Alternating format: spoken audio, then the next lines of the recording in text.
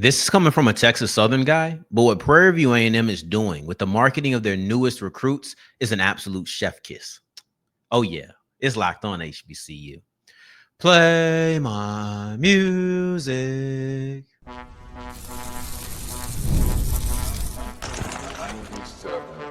You are Locked On HBCU, your daily podcast covering HBCU sports. Part of the Locked On Podcast Network, your team every day. What's going on, family? Welcome back to another episode of the Locked On HBCU podcast, your number one daily one-stop shop for everything HBCU athletics, Monday through Friday. Part of the Locked On Podcast Network, your team every day. And I, of course, am Darrion Gray, aka the Mouth of the South, Texas Southern alum and former TSU Herald Sports editor, also contributing writer at USA Today, Saints Wire, and site expert at Who Dat Dish. Now, today's episode is brought to you by FanDuel. If you're new to FanDuel, go to FanDuel.com, put down a $5 bet. If that wins, you'll get $200 in bonus bets. So go to FanDuel right now to make every moment more. We're wrapping up today's episode with a look at the newest recruit to my alma mater, Texas Southern quarterback Caleb Johnson, because this is a big-time addition at a big-time position, but I have to wonder, is it even possible to rebuild in the transfer portal era? In segment 2, we'll take a look at Elijah Williams, who had a tryout with the Minnesota Vikings, and he was able to turn that into a contract moving into training camp. So, excuse me, I want to start this episode off with a little bit of praise to my heated rivals, the Prairie View A&M Panthers. I'm not really one to celebrate PV in the offseason. Now, I'm fair. One thing I'll tell you about me is I'm always going to be honest. I'm always going to be fair about it. If it's a big time story, we're going to talk about it. If it's something good, I'm going to say good things. But this one I kind of had to bring up. This one is something I don't think enough people are talking about. But Prairie View A&M has done an absolute elite job by marketing their newest recruits. This is not about who's coming into the building. This is not about what they'll do in 2025. This is about the fact that when you look at who Prairie View is bringing in, you would think they're all big time by the way that they're presenting them. And that is important to me. I got to give it up to them. And this is simply talking about the football team. But I got to give this up to them because social media presence is very important for all schools. You see a lot of them trying to develop one. And I'll say this, most of them are pretty boring. Most of them are pretty mundane. Most of them, if they get a new recruit, you'll get a guy who'll be posted like this. You'll have a banner up top that says the school. Maybe on the bottom, you have a hashtag, but it's really just a template. Fill in a picture, change the name, and that's it. It's simple, right? And obviously, you're not doing something different for every single recruit. PV isn't doing that either, but they're not taking the standard pose like this, put the header, and sometimes you don't give them the pose. Sometimes it's just a picture from the last school that they were at. PV's gone way more creative with it. So if we're talking about templates, which everybody's going to use, are you going to use the same basic template or are you going to take a different format? And PV chose the latter. And I love what they're doing because in a day and age where everybody's mundane doing the same thing and it works, it lets everybody know who's going to be on your team. It's not something that needs to be spiced up all the time. It's kind of if it ain't broke, don't fix it type of situation. PV said it ain't broke, but we still going to fix it. And instead of taking the same boring template that everybody else used, PV decided to go with the portal pipeline. And what is that? Portal pipeline is a template that PV used for the first set of recruits earlier this spring. And they use it as if it was a mixtape or an album that you would see on Apple Music. And I thought that was extremely creative. I'm a music guy, so you know that I love that. But they had portal pipeline. Tremaine Jackson was on the cover getting his best Suge Knight on. And each player, it would be a different track. And you would have a different title for the track. So let's just say it was Darrion Gray. So it'd be like Darrion Gray, track 5, Locked On. That's what it would be, right? So I thought that was honestly extremely cool. And you could have rolled with that the entirety of the offseason. But PV said, nah, we're going to show you guys another one. What will LeBron say? You know what? 2 more for y'all. And that's exactly what PV did because instead of going back to the portal pipeline with this set of recruits, they decided to go with Panther Flicks. So the name of their series is Welcome to the Hill, and you can only see it on Panther Flicks. I think we all know where that came from and what inspired that name, but they treat it as if it's a Netflix series. And I thought that that was so creative. And this time, instead of just giving the player and a track, they're going to give a player an episode title and a brief description of it. So I thought that this was cool. Let me get this to you real quick. So, for example, you have Denarius Hollywood, defensive back, Cincinnati, Ohio, the hometown. Last school was Emporia State University. Episode 8, Cover Down. He's not just Hollywood by name, he's Hollywood by production. Denarius Hollywood rolls in from Emporia State with a Cincinnati edge and a flair for the dramatic. Whether it's the lights, camera, or coverage, when the ball's in the air, the show's already his. Welcome to the premiere. Now go ahead and test him. I'm sitting here like, what are we talking? Who is doing this? Who is the social media team at PV? Because I'm gonna tell you right now, you need a raise. PV ain't going. No one's going to tell you this because they don't want to pay you more. You need a raise because what you are doing, the creative ideas that you are putting out, first off, extremely creative on your part. Secondly, the execution of it is nearly flawless. I don't know what else could you do here? You're taking guys like Hollywood having wordplay. You're having creative ideas. You're breaking down who they are. You're not just giving me stats. You're giving me, I really feel like you're setting the scene for a movie. I do. And this is what I'm used to. If I'm used to school up top, hashtag on the bottom, maybe get my name, position, and former school. All right, move on. If I'm used to that from every other school that I'm seeing, and that's what all of their recruits are doing, and then I have this animated Portal Pipeline album cover, it looks cool, it's creative, and I'm paying attention. And now maybe a month or so later, I look again, and you're doing Panther Flicks, Welcome to the Hill. The way that you present these players will attract other players. And I understand what you're saying. Well, Darrion, it doesn't matter if you don't win. I got 2 rebuttals to that, maybe 3. One, you're right. I agree. It doesn't matter if you don't win. But secondly, why are you bringing it up right now? You know, because Tremaine Jackson hasn't coached yet. So it's not as if I can point to, yeah, it's all good, but, PV ain't going to win nothing. But PV, that's still to be determined. And the third thing is, if you really want to get into it, Tremaine Jackson has a winning record. Like, he has a winning track record at the end of the day. There's reason to believe that he would be successful. That's more like a 2B, 2A and 2B put together. The third thing is, this does matter.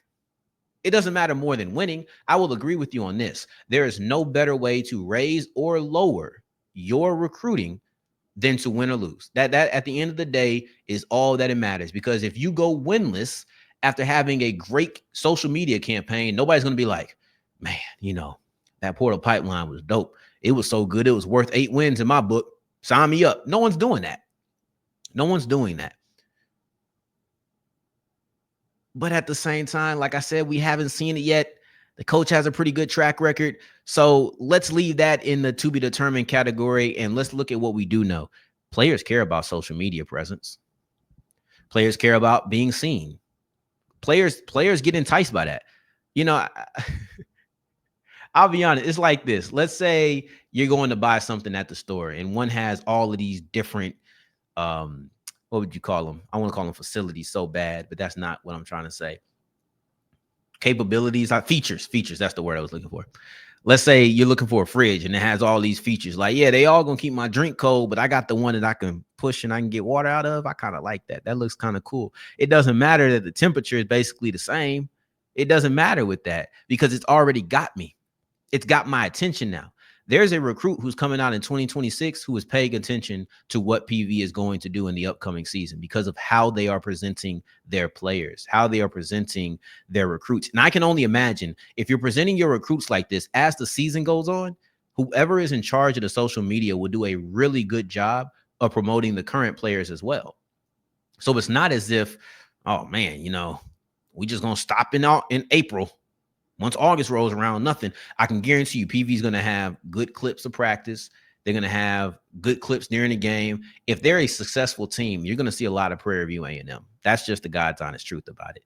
I think that in Jackson's first year, in the first year, the expectations should be tempered, but he's doing a great job of setting the scene, of attracting people.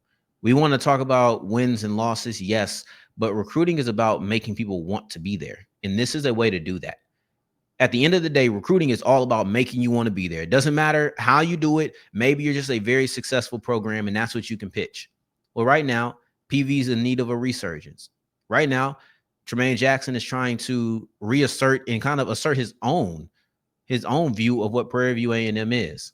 This is what it looks like. And I'm actually really happy about it because I'm really happy that he's doing this, or happy isn't the word, but I think it's really cool that he's doing this because I don't really think he's one for the flares. So for him to take this approach, to me, is him stepping out of his comfort zone, or somebody telling him that he should step out of his comfort zone, or maybe just at least giving the green light.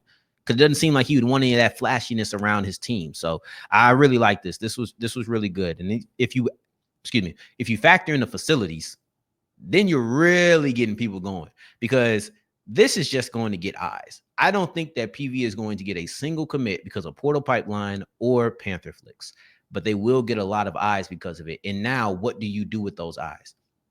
Do those eyes turn into conversations? And then those conversations are pitches, and those pitches turn into recruits. But all you have to do is grab somebody's attention. That's why they teach you to do attention grabbers at the beginning of an episode, because, oh, now I'm locked in. Now I care. And that's exactly what Welcome to the Hill, that's exactly what Portal Pipeline are meant to represent. Attention grabbers that have you bought in, locked in, and you're interested to see what they do. As he pushed forward, Elijah Williams, he ain't a recruit, but he's trying to make it to the league. He just had a tryout with Minnesota Vikings, and he was able to turn that into a contract, which, in my opinion, honestly, it was no surprise. But we'll talk about what happened as we continue with Locked On HBCU. Today's episode is brought to you by FanDuel, and FanDuel is the official sports book of the Locked On Podcast Network and of the NBA. All of my everydayers know what it is. If you're looking at the Boston versus Knicks games, then you're talking about Boston still being a 4.5-point favorite despite losing Jason Tatum. One thing to look for is the same game parlay. You have 4 legs here. Jalen Brunson, 30-plus points. Mikal Bridges, 20-plus points. Josh Hart, 10-plus rebounds. And Derek White, 5-plus made threes. If all of those things happen in the game 5, in game 5, then you're looking at a big payout for yourself. Matter of fact, if you put down $5 and that happens, you get $200 back in bonus bets to go on top of it. So go ahead and make yourself a big time winner. Go to FanDuel.com, put a $5 bet down. If it wins, you get $200 back in bonus bets. Go to FanDuel.com and make every moment more. As we continue rolling on today's episode of Locked On HBCU, I appreciate you for making this your first listen of the day every day. For your second listen, make sure you're checking out Locked On NBA or Locked On NFL. It's a big time for both. The schedule comes out tonight in the NFL, so you want to make sure that you are paying attention to that. Elijah Williams, speaking of the NFL, was able to make a contract. I want to say make a roster so bad, but he was able to earn a contract with the Minnesota Vikings. And this is something that kind of surprises me, kind of doesn't, only because the route he took is very difficult. The route that he took is not one that's easy. So because it's not easy, this is something that I feel like personally we have to applaud at a high degree. Elijah Williams was one of the 5, I'll just be generous depending on what your allegiances are. Elijah Williams was one of the 5 HBCU players, 5 most thought about HBCU players in the NFL draft. That's what I would say. Elijah Williams was a guy who, going into this year, let me flash this real quick, our top 5. He's at 3, he's at 2. In preseason, he was at 2. So it's the same thing. You're looking at the second best player, second best prospect coming from an HBCU, whether it's preseason, which you see right here, or postseason. And I understand that he ended up not getting drafted. That's okay. I actually really despise that. I hate that. But It is what it is. Everybody's path is not the same. But this was a guy that we thought had a good chance of being drafted. When he wasn't drafted, I can't say that I was so I wouldn't say I was shocked. Maybe surprised, maybe, but definitely not shocked. Um, the reason I say that is because, I mean, guys, I've been here long enough. I know what the path is. I know how things typically go in this situation. So I'm not stunned to see an HBCU player not hear his name called. But I was stunned when he didn't get picked up as a UDFA, because a UDFA comes with a contract, it comes with guaranteed money, it comes with money in your pocket. At the end of the day, do I need to have any other reasons on why being a UDFA is better? No, but it also comes with security. So that's something that I think is valuable. And Elijah Williams didn't get that. He didn't get the opportunity to go in a rookie mini camp and say, all right, cool, I'm on this roster. I got change in my pocket. If nothing else, I got myself 30,000. He doesn't have that luxury. So that was kind of disappointing. He ends up getting a mini camp invite. So that's basically a tryout to try to earn yourself a contract with the Minnesota Vikings. And he did successfully accomplish that. That part wasn't surprising. So if we're just talking about surprise levels, not hearing his name called, not being a UDFA, definitely. I thought he was way too productive for that. And then going in and performing well in the mini camp, that's not surprising to me. Earning a contract, kind of surprising only because it's so difficult to do. There were only 2 players from all of the invites that Minnesota had that made the roster, or made, I keep wanting to say made the roster, because to me, you're on the roster at the moment. And then you start doing the cut downs during training camp. But anyway, contracts. It was him and Matt Harmon. That's it. And clearly Minnesota is trying to bolster up their front line because Harmon's a pass rusher. You have Elijah Williams, who's a defensive lineman in that interior, probably maybe be able to move on the outside as a defensive end in an odd front. So like, it just, in general, it's not a lot of them. And they had a pretty steady focus, Minnesota did, on what they were looking for. And good thing that Elijah Williams fit the bill. What I want to know, though, is what's the next step for him? To me, that's training camp, maybe being a practice squad guy. I know that at his size, at the end of the day, I think they said he was 270, which is much lower than what I thought he was. I thought he was at the 280 range, but whenever I was reading, they had him listed at 270 pounds. That changes things. That is undersized. That's way less than I would be okay with. But 280, in the 280 range, okay. Because we're talking about 10 to 15 pounds at that point. That's a huge difference.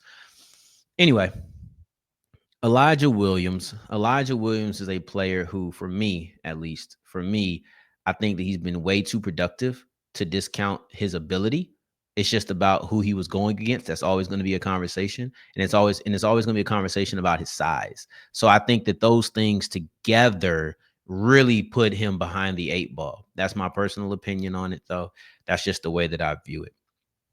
But I'm happy because he was one of the few people who were able to get that cut. You had Robert Jones from Howard, had an invite with the Colts and the Chiefs. Quantez Mansfield had a defensive tackle from North Carolina Central. He had a tryout with the Vikings, just like Williams. Same position, though. Irv Mullen, running back, Jackson State, trial with the Giants. Phillip Webb, defensive end, Jackson State, had a trial with the Dolphins. I haven't heard anything about any of those guys, but I did hear about Elijah Williams. So sometimes these things take a little bit, but as it stands right now, and I think Irv Mullen is going to really benefit from being in the UFL next year. I just do. I'm glad he took this route that he tried to take to make it to the league, talking about a tryout.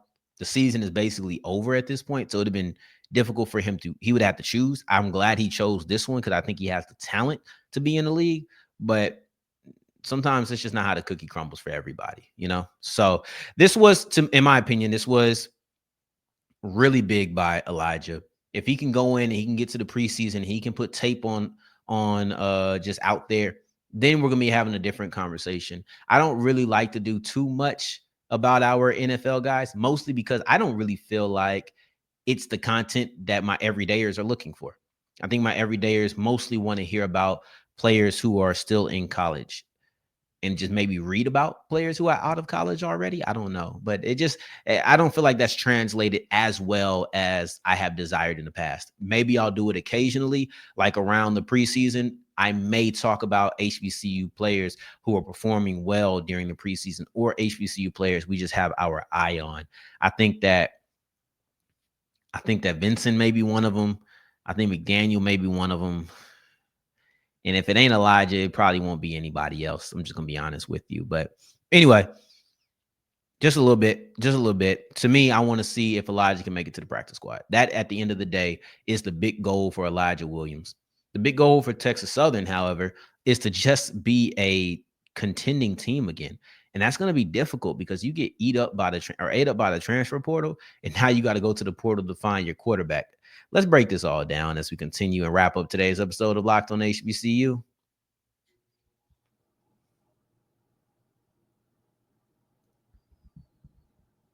As we're wrapping up today's episode of Locked on HBCU, I appreciate you for making this your first listen of the day, every day, making it all the way to segment 3. And I thank you 2 times for that.